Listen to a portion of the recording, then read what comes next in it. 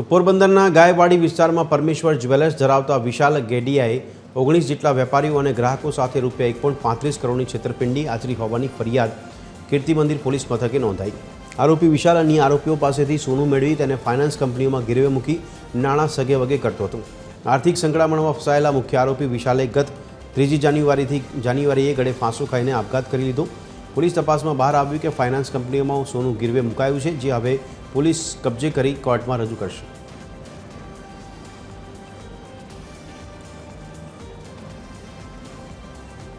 અમે એના ત્રણેય કારીગર હતા, એ અમને કસ્ટમર પાસેથી ઓર્ડર લઈ અમને ફોરવર્ડ કરતા, એનાથી અમે બનાવી અને પાછો એના દાગીનો બનાવીને દેતા। અમારે છેલ્લા લગભગ 4 થી 5 વર્ષથી ભાઈ સાથે વહીવટ ચાલતો હતો, વિશાલભાઈ સાથે। એ વિશાલભાઈ પછી અત્યારે બધું સોનું બધું ગોલ્ડ લોનમાં મૂકી અને પછી ભાઈ 3 તારીખે આસપાસ એ ભાઈ આત્મહત્યા કરી લીધી અને પોતે ઘરના બધા પછી ફરાર થઈ ગયા।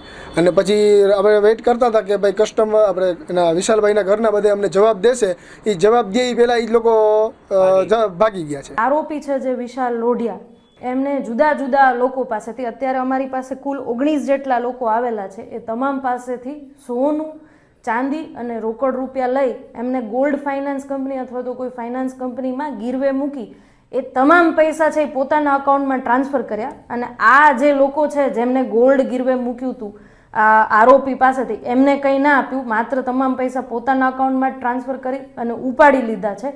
આ રીતે આ તમામ લોકો જોડે એમણે ફ્રોડ કર્યું છે। આ બાબતે અમે કીર્તિ મંદિર પોલીસ સ્ટેશનમાં અરજી તપાસ ઉપરથી ગુનો દાખલ કરેલો છે।